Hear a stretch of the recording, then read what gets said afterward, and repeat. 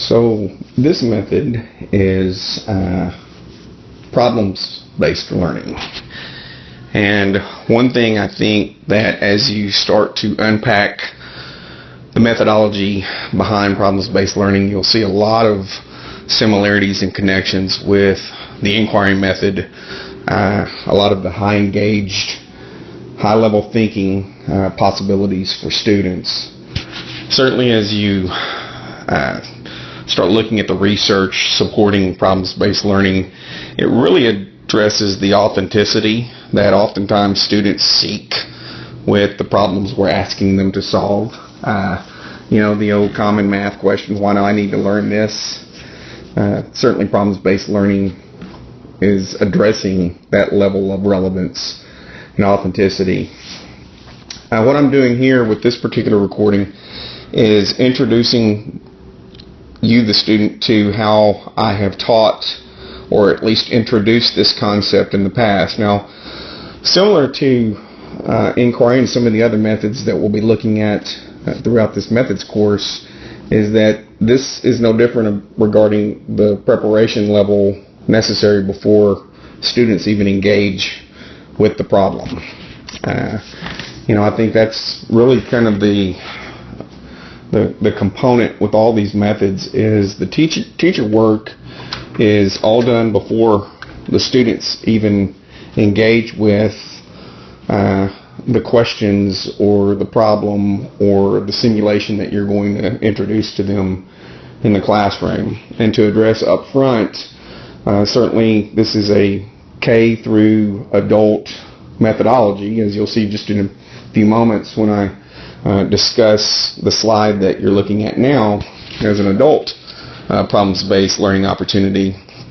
But as with any method, there are some that require more teacher guidance. Certainly in the younger grade levels, you want to push students to exploration, but oftentimes you're leading them up to that level of exploration. We'll talk about some possibilities for authentic problems at early elementary grade levels as compared to later elementary grade levels, as compared to middle school to high school, authentic problems that students can resolve.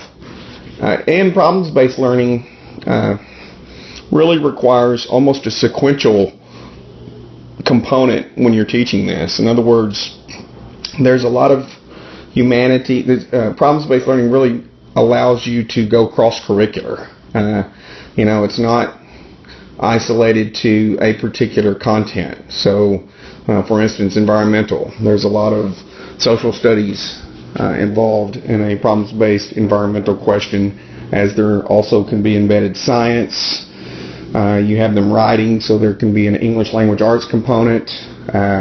Certainly, if it's a recycling, there's a quantitative component. You can bring in math calculations. So this problems-based learning, which is why it's extraordinarily popular, but I don't think it's something that's trending. I think it's something that's been around a long time that teachers have been reluctant to include in their curriculum because it can be time-consuming, and to work out all the cross-curricular details is going to require a lot of teachers to essentially buy into this being an effective method. And that can be a challenge because you have some who are very confident in their methodology and you have others who are not. So there's some shortcomings, obviously, to all of these methods that we look at in this particular class.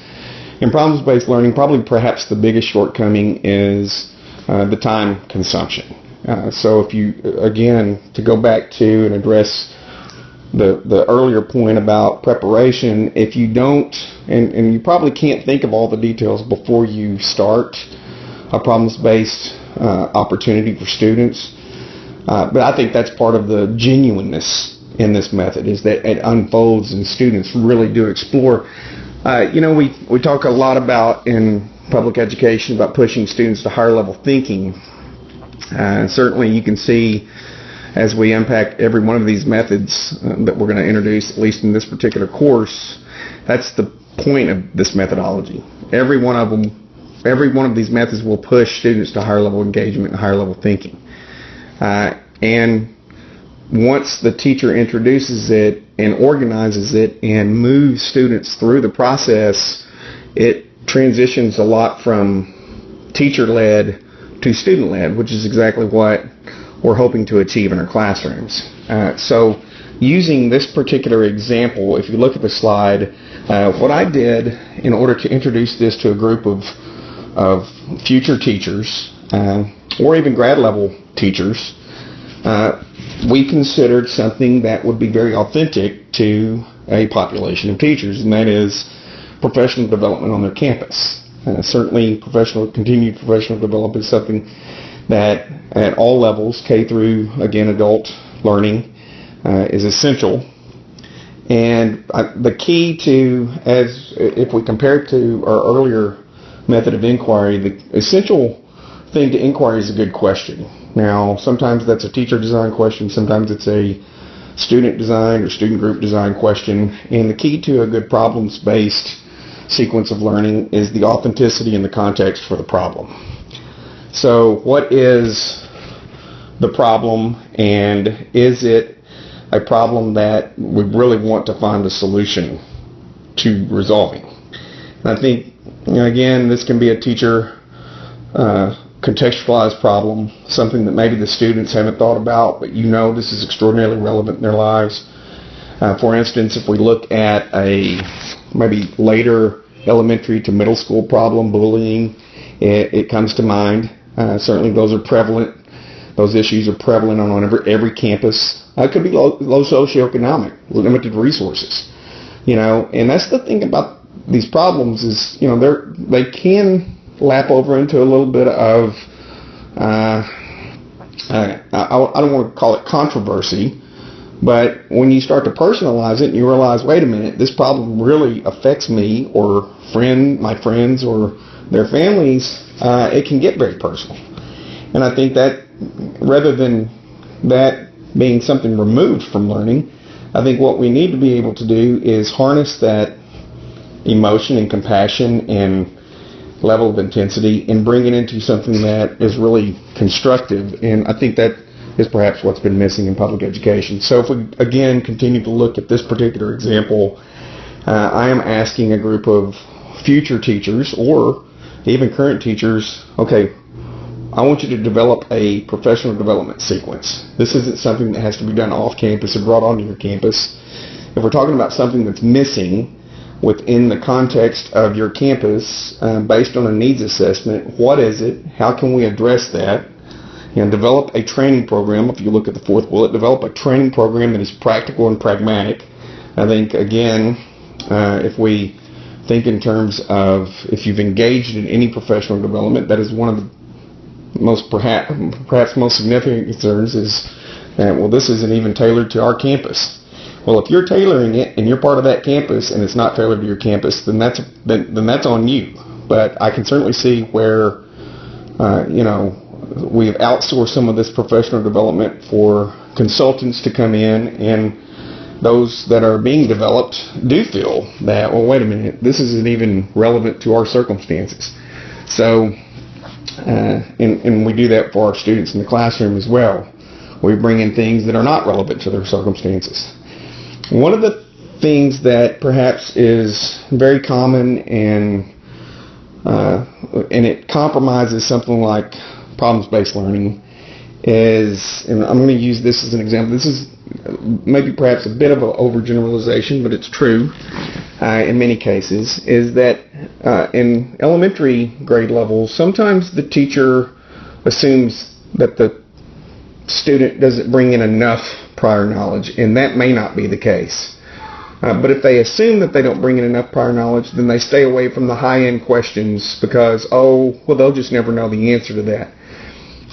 You never know what they know until you ask them the tough question. So I would encourage all elementary teachers in all of these methods, but certainly in problems-based learning, to never assume the student doesn't bring in a very enriched background of prior knowledge to where you can ask them the tough questions. Certainly there will be those opportunities where you have to scaffold and bring them up to a level of thinking in order to be able to address that question. But nevertheless, don't ever not ask the tough question because you don't think they're going to be able to get it. And then on the flip side of that, in the secondary classroom, middle to high school, we assume they already bring in that information. And we can just jump right into a really tough question without having to scaffold their thinking and understanding and knowledge base in order to be able to address that. So really it's kind of a flip problem. The elementary teacher assumes they don't have enough information and it needs to all be teacher-led up to that point. And then you've got the secondary, particularly high school teachers that think, oh, well, they should already have that pool of information, so I'm just going to jump into the higher end questions without having to scaffold them up to understanding. So, and I would argue that that happens in college a lot as well, and even grad school, that the professor assumes that, oh, well, you already have a pool of knowledge from which to draw, so I don't have to worry about that. Now, we can close the gap very quickly. Certainly if you're an adult learner as compared to an early elementary, early childhood learner, your thinking capacity can catch up much quicker. But I guess what I'm saying is I'm cautioning you not to make those mistakes. Don't stay away from the critical thinking questions at the elementary because you think they won't get it. And at the high school, don't jump perhaps right into those critical thinking questions assuming they already have it. So again, back to this example, this is an opportunity, and I can obviously, with an adult learner, allow them to explore without a lot of guidance. I give them some parameters. Again, as with the inquiry method, I would probably do this in a group.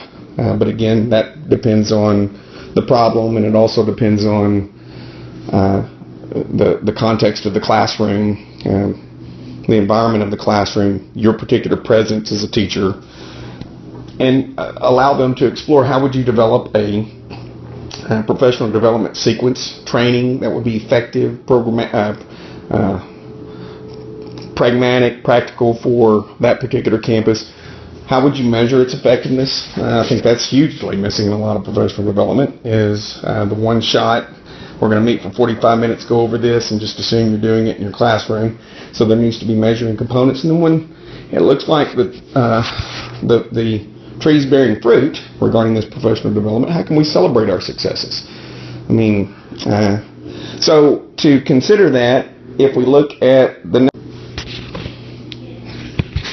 next slide, these are, in order to help kind of guide, again, the problem, since I was doing this as an example of problems-based learning and trying to move students a bit more quickly through this learning sequence than I perhaps would have if this were, just a traditional problems-based learning sequence. I pinpointed a specific issue that would perhaps be relevant to professional development on a school campus. So you can look at the different problems, preparing teachers to meet the academic needs of all students, how to reduce the number of dropouts on your campus. Certainly these are problems that are relevant throughout the United States, regardless of where you are and regardless of perhaps the grade level sometimes. But in order to obviously channel their thinking, channel their research, channel their focus, I just contextualize the problem for them. That, I would argue, maybe compromises a little bit of the authenticity, particularly if you take away their ability to focus on the problem that they consider significant and relevant to them. But sometimes that's necessary. So if we look at, for instance, some examples of problems, let's say early elementary. Let's say that first and second graders are having an issue cleaning up after themselves in the cafeteria. Well, rather than that become some sort of administrative policy, perhaps the first and second grade classrooms could develop a problems-based learning opportunity to resolve that issue on their own. Certainly talking about responsibility and accountability, those are characteristics that we're trying to instill in students well before latter elementary and middle school. And then looking at middle school, like I said, latter elementary school, bullying, or that's a prevalent issue. Maybe even talking about self-confidence. Maybe we see a limited amount of self-confidence among students on a particular campus. So it's really kind of a needs-based opportunity for students to authentically solve problems that are relevant on their campus while embedding all this content. So if you start looking at your grade level TEKS and you start looking at your content level TEKS, there's a lot of opportunity to use problems-based learning to cover an enormous pool of content level TEKS across the curriculum, and having that authentic assessment along with it. So if you read the readings that are associated with this particular weekly module, you'll notice that there are opportunities for authentic assessment. There are opportunities to move students to a very, very deep, high-level, enriched level of thinking. So to summarize this opportunity for problems-based learning, I would suggest that you will immediately see some overlap between the inquiry method and the problems-based method.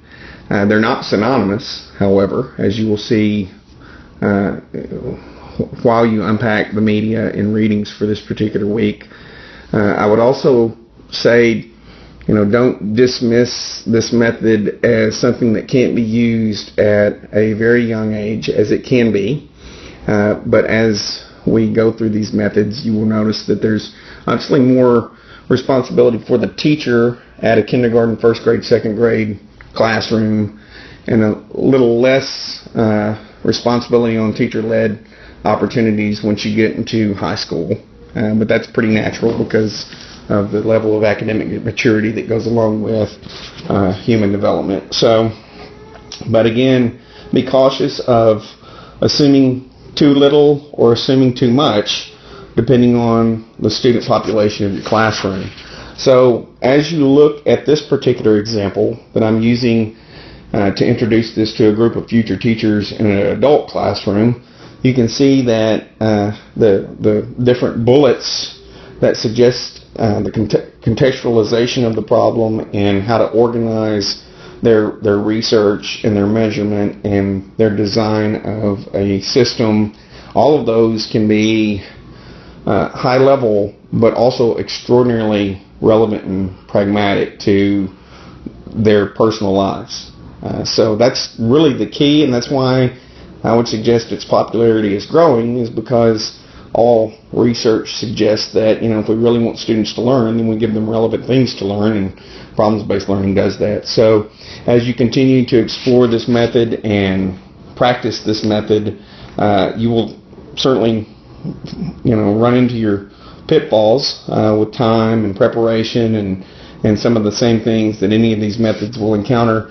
But I think in the long run, as you prepare and as you move students through an opportunity, you'll see that they will be highly engaged in what it is because they want to solve the problem. So I encourage you to experiment with this as much as possible.